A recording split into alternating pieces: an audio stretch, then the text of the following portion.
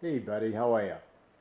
Anyway, she's doing quite well. This is about the third run, so she's had a good run, testing everything here, just making sure that when we send it off, because you are a long way away, we want to make sure that this is working well. But doing quite well. This is the third run, and we're running like a red wine or a Merlot, and doing quite well. Now, I'm just going to focus in on here just to show you what we've done with the joints, and hopefully this will make some sense to you. What we've done here, just to make it easier, as we said, it comes in parts. So these uni fittings here, they just take a couple of spanners or shifters, and you tighten these guys up. Of course, when it comes to you, they will all be separated, and you just join them together.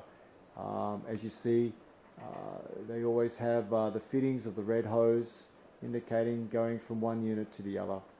And if we run up to the top of the unit, it goes all the way up. So you have four Liebig condensers joined together. So it's quite of a job. So we'll come back, and you can see your temperature gauge up there as well, up at the very top. My roof in here is 18 feet tall, actually 18 feet 6 inches. So yes, you can imagine how tall this is. It's quite tall. And you'll see the actual the condenser up top with all the hoses coming out. Of course, the blue indicates the cold water running in, and the red, especially from the back of the coils, is indicating the warm water going out. What else? Okay, so we see a fitting. Each modular, there is you got your top condenser that houses your dividing tray up there, and your turn tap for liquid management for proofing, and then you see the join, the stainless steel clamps up there, and basically they're joining the first head to the first unit, and each unit is going to be filled with the copper mesh. There's a lot of copper mesh in this, so cleaning purposes, I always say that you got 1, 2 and 3 always kept fairly clean. If you do a steam wash after that, usually I would say on the first one, I would say 1, 2, 3. The first 3 rounds of copper mesh are fairly dark after 3 or 4 runs, and you'll see that.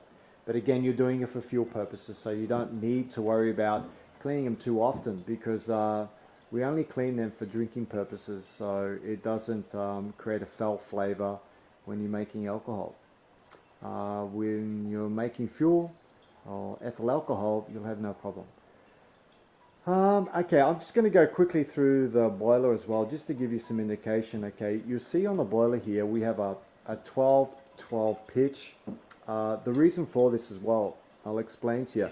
Basically, the 12-12 pitch on this is very important, because basically what you're doing is you're funneling the ethyl alcohol to a center point. And it's called the leaf parcel resistance. So basically you're not getting any reflux there. What else? We've put a window on this one especially, just so you can put a flashlight through here and just see what's happening inside. Again, everything is fitted with the sanitary or heavy-duty tri-clamps. That's a 4-inch. Again, your temperature gauge up top here, just to indicate, just to show you what's happening in the still. As you see here on the side, we have 4 windows on the side here, just for indication of what's happening in the still, where the levels are. In case you're only doing a quarter fill on the boiler, or half, and then on. In the center here, we've got a clean out as well. You may want one of those so you can clean out your boiler, and it's all depending on your product. This one we're running here, running I think 2 4500 watt elements. I've actually, well, we're only utilizing 2, but there is another ferrule at the back here that will have an opening for another element if need to be.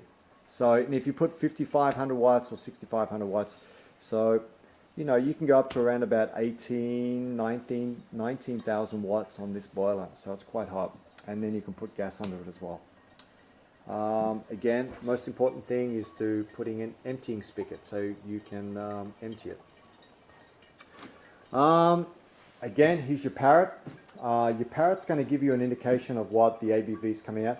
It's sort of, how would I put it? It's like the lazy way of reading what's happening. Instead of you filling it up, putting it in a glass vessel and measuring the ABV. And again, I'm running around about 55 Fahrenheit on my temperature of ethyl alcohol. And the baseline to get a true reading of ethyl alcohol is around about 60 degrees Fahrenheit. Any higher, you're getting a false reading, and of course any lower, like I am, I'm getting a false reading. So I can add a couple of points to this to give me my true reading. Okay, so this is running probably around, you know, we're not really pushing it too hard. Again, it's a very low ABV in the red wine, so we're running probably around about 6-7 gallons an hour. Again, you can really push that with the amount of beet you put in the pot. What else is there? You always have a breather tube here. Again, another thing I'll teach you as well.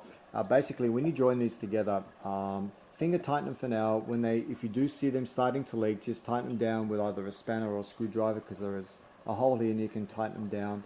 And it just gives you an indication not to over tighten them. Just when if they do leak, sometimes because it's like a clamping on a gasket. If you don't tighten that clamp, you may have a leak there. Just tighten it down slightly, so you don't want to over tighten, because you don't want to ruin the clamp or ruin the gasket. And you'll have this for each one. Again, you don't need to go this high all the time if you're doing a stripping run, and it's really up to you how you run this. Most people that do stripping runs usually stripping run from the head, but it's really up to you. You can do a stripping run with all this larger unit up here. It just means, well, again, you're doing it for fuel purposes, so I suppose it doesn't make any difference. Just run it as it is. Again, a ladder would be great. You know, like I said, this is around about 18 feet high up there, so yeah, well, close to 18 feet high, so a ladder would be great. Actually, a walkman, an area where you can actually walk up there, a platform, would be wonderful, because you don't want to be falling off your ladder. I think that's about it. Cleaning purposes, again, you're doing fuel, keeping it clean, I think you'll have no problem. You'll get a lot of runs out of this, and I would say if you're doing it for fuel, I would say every 10 to 15 runs, take it apart, give it a clean. Maintenance is the most important thing to keep it clean. I say to always, anyone doing for fuel purposes or doing alcohol purposes, to clean it after every run. So, and it's not all that hard. All you do once you've ran your run, fill it with a little bit of water, as long as it covers the elements. If you're using elements or heat, just bring the water to a boil and run steam through the whole unit. So you're going to be running steam through your boiler, you're going to be running steam through the tower, and it's going to be coming down your condenser and just cleaning the whole unit. You know, a clean still is a good still, and you won't have any problems. Okay, and of course, what else is there? I think that's about it.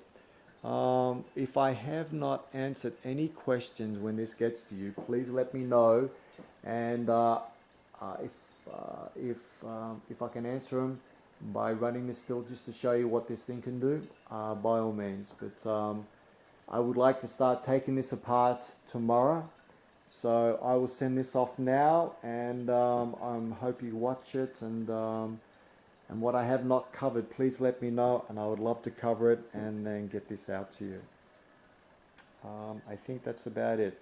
And the reason I have the stand under the boiler, so in case you want to run this thing on gas as well. So that's a good indication for you, because I would not rely on electricity. Open fires are great. Liquid gas or LPG will be good too. I think that's about it. I'm going to leave it at that. And we will speak to you soon, and hopefully I'll be speaking to you tomorrow. Okay? Have a wonderful day to you, your wife, and your little child. And we'll see you soon. Anyway, this is Anthony from Rainy Distillers, and